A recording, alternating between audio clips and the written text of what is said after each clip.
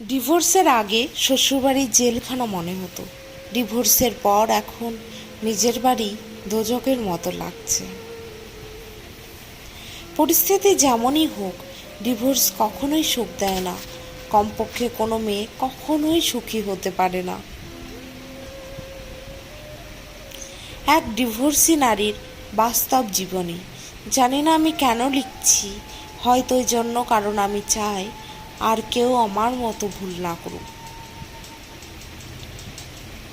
হয়তো এই জন্য কারণ আমি চাই ঠুনকো কারণে সংসারগুলো ভেঙে না পড়ুক। আমি 19 বছর বয়সী একজন নারী। আমাদের বিয়ে হয়েছিল আমাদেরই পছন্দে। আমাদের একটা ছেলেও আছে, ওর বয়স 1 বছর। আমার স্বামীর স্বভাব চরিত্র ভালোই ছিল, শুধু একটু জেদি। তাও সব সময় নয়, মাঝে মধ্যে। মানুষ ভাবে ওর বজ্জেদের জন্যই হয়তো আজের এই অবস্থা, কিন্তু আমি জানি আমাদের সমস্যার শুরুটা ওর দিক থেকে হয় না। সব সংসারেই তো টুকটাক কিছু থেকেই থাকে, ওই রকম আমাদের মধ্যেও মাঝে সাঝে ঝগড়াঝাটি হতো।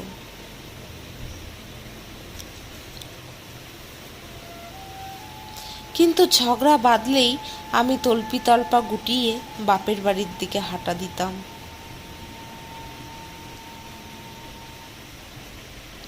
বাপের বাড়িতে বোনেরা আসতো আর ভাইয়েরা তো ছিলই, ওদের কাছেই কেঁদে কেটে সব বলতাম।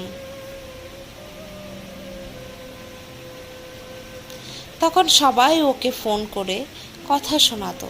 আমার ছোট বোন তো ওকে রীতিমতো অপমান করত।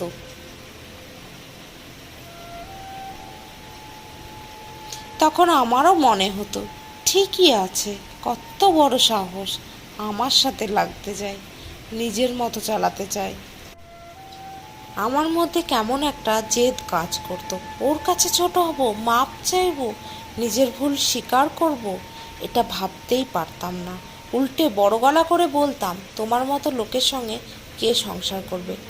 না, ডিভোর্স আমি কখনোই মন থেকে চাইনি, এটা শুধু আমার মুখের কথা। ওর সামনে ছোট হওয়ার চাইতে আমার ডিভোর্স চাওয়াটা তখন আমার সঠিক মনে হতো। একদিনের কথা তো এখনও মনে পড়ে। সেই দিন ছোট্ট একটা ব্যাপার নিয়ে তর্ক করতে করতে দুজনেই খুব উত্তেজিত হয়ে পড়েছি। রাগে আমার শরীর কাঁপছে, যা মুখে আসছে তাই বলছি, তুই তোকারি গালি গালাজ আরও কত কী। এক পর্যায়ে সহ্যের বাঁধ ভেঙে গিয়ে ও আমার গায়ে হাত তুলল। এর আগে বা পরে কোনো দিনই ও আমার গায়ে হাত তোলেনি, কিন্তু ওই একটা থাপ্পড় যথেষ্ট ছিল। আর আমি বাপের বাড়ি চলে গেলাম। বরাবরের মতো এবারও নিজের দিকটা না বলে শুধু ওর দিকটাই বললাম। মানুষকে দোষ দিয়ে আর কি লাভ? সবাইকে যা বলেছি সেটার উপর ভিত্তি করেই তারা বিচার করেছে। পরিবারের সবাই বলল, এমন ছেলের সঙ্গে সংসার করার কোনো দরকার নেই, মামলা ঠুকে দাও। আমি সবার পরামর্শে মামলা করলাম, ওর নামে নারী নির্যাতনের কেসও করলাম। খুব দ্রুতই ওকে পুলিশে ধরে নিয়ে গেল। ওর পরিবার থেকে মুরব্বীরা এসে বারবার অনুরোধ করলো আমি যেন কেসটা তুলে নিই। ভেতরে ভেতরে আমিও চিন্তা করতাম, আমার স্বামী কি আসলেই জালেম? ওকে নিজে থেকে কোনো দিন আমার গায়ে হাত তুলেছে? আমি যদি ওকে এত কথা না শোনাতাম, তাহলে কি সেদিন ও আমার গায়ে হাত তুলতো? আমার বাবা মা আমাকে অনেক বুঝিয়েছিল, আমি যদি এত কিছুর পরেও ফিরে যাই তাহলে ভাববে আমি অসহায়, আমাকে আরও পেয়ে বসবে, আমার ওপর ইচ্ছে মতো ছড়িও ঘোরাবে।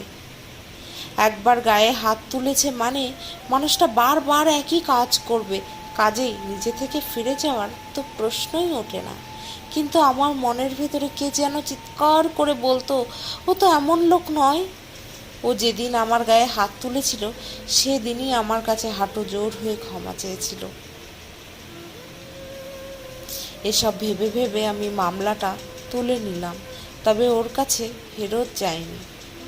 কিছুদিন পর দুই পরিবার থেকে বিচার সালিশ হলো, তবে সবার সামনে ওই দোষী প্রমাণিত হলো। সবাই ওকে নানা কথা বোঝালো, উপদেশ দিল, তারপর আবার আমরা সংসার শুরু করলাম। এর পরের কয়েক মাস বেশ ভালোই চলছিল, কিন্তু আবার হুট করে আমাদের মধ্যে কিছু একটা নিয়ে ঝগড়া বেঁধে গেল। ব্যাস, কাপড় চোপড় গুছিয়ে আবার বাবার বাড়ি উঠলাম। এর মধ্যে শুনলামও নাকি ও খুব অসুস্থ। আমি বাসায় ফিরতে চাইলে আমার পরিবার বলল, এভাবে একটা ঝগড়ার পর একা একা ফিরলে ভালো দেখায় না। আমার বোনেরা বলল, ওসব অসুস্থ কিছু না, সব বাহানা। আমরা চাইছিলাম ওর পক্ষ থেকে কিছুজন এসে নিজের ভুল স্বীকার করে আমাদের হাতে পায়ে ধরে নিয়ে যাক, কিন্তু এবার কেউ আসলো না। এর কিছুদিন পর ও আমাকে ডিভোর্স লেটার পাঠিয়ে দিল।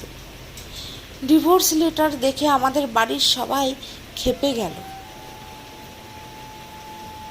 কত বড় সাহস! মেয়েকে কষ্টে রেখেছে, তারপরে আবার ডিভোর্স লেটার পাঠিয়েছে। সবার কথাই আমার কাছেও মনে হলো, ঠিক তো, কত বড় সাহস, আমায় ডিভোর্স দিতে চায়। ওর সব ভুলগুলো চোখের ওপর ভাসতে লাগলো। মা বাবা আমাকে আরও একবার মনে করিয়ে দিল, এই হলো সেই ছেলে যে আমার গায়ে হাত তুলেছিল। প্রতিশোধের আগুন জ্বলতে জ্বলতে আমিও ঠিক করলাম, এবার ডিভোর্স দিয়েই দেব। কে চায় এমন ফালতু লোকের সঙ্গে সংসার করতে? কোর্টে গিয়ে আমি ওকে হেনস্থা করার চেষ্টা করলাম।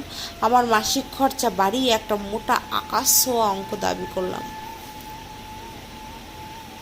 আমি চাইছিলাম ওর দেওয়ালে যেন পিঠ ঠেকে যায়, আর বাধ্য হয়ে নিজে থেকে এসে আমার সংসার করতে সঙ্গে। কারণ আমি কখনোই মন থেকে চাইনি আমাদের ডিভোর্স হোক, কিন্তু ভেতরের জেদ আমাকে খেয়ে নিচ্ছিল। আগ বাড়িয়ে ওকে ডিভোর্স তুলে নিতে বলাটা আমার পক্ষে অসম্ভব।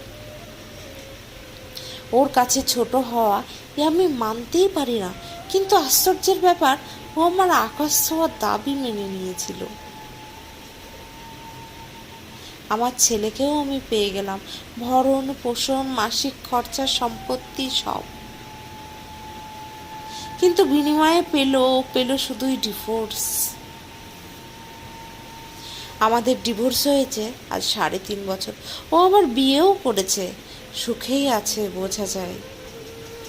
আসলে ওর মতো নির্ঝঞ্ঝাট স্বামীকে নিয়ে মেয়েরা সুখেই থাকবে। এখন আমার নিজের কথা ভেবে আফসোস হয়। মানুষের মুখের কথা কখনো কখনো ছুরির থেকেও ধারালো হতে পারে। ও আমাকে থাপ্পড় মেরেছিল ঠিকই, কিন্তু কথার তীরে আমি ওকে ছিন্ন বিচ্ছিন্ন করে ফেলতাম।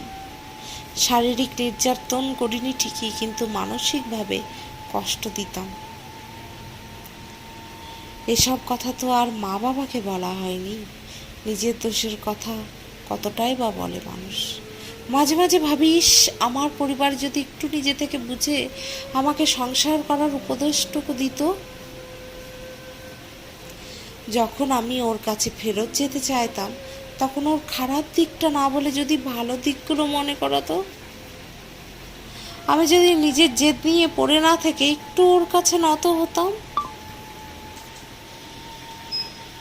তাহলে হয়তো আজ আমাকে এই দিন দেখার দরকার হতো না। ডিভোর্সের আগে শ্বশুরবাড়ি জেলখানা মনে হতো, আর ডিভোর্সের পর বাবার বাড়ি দোচকের মতো লাগছে।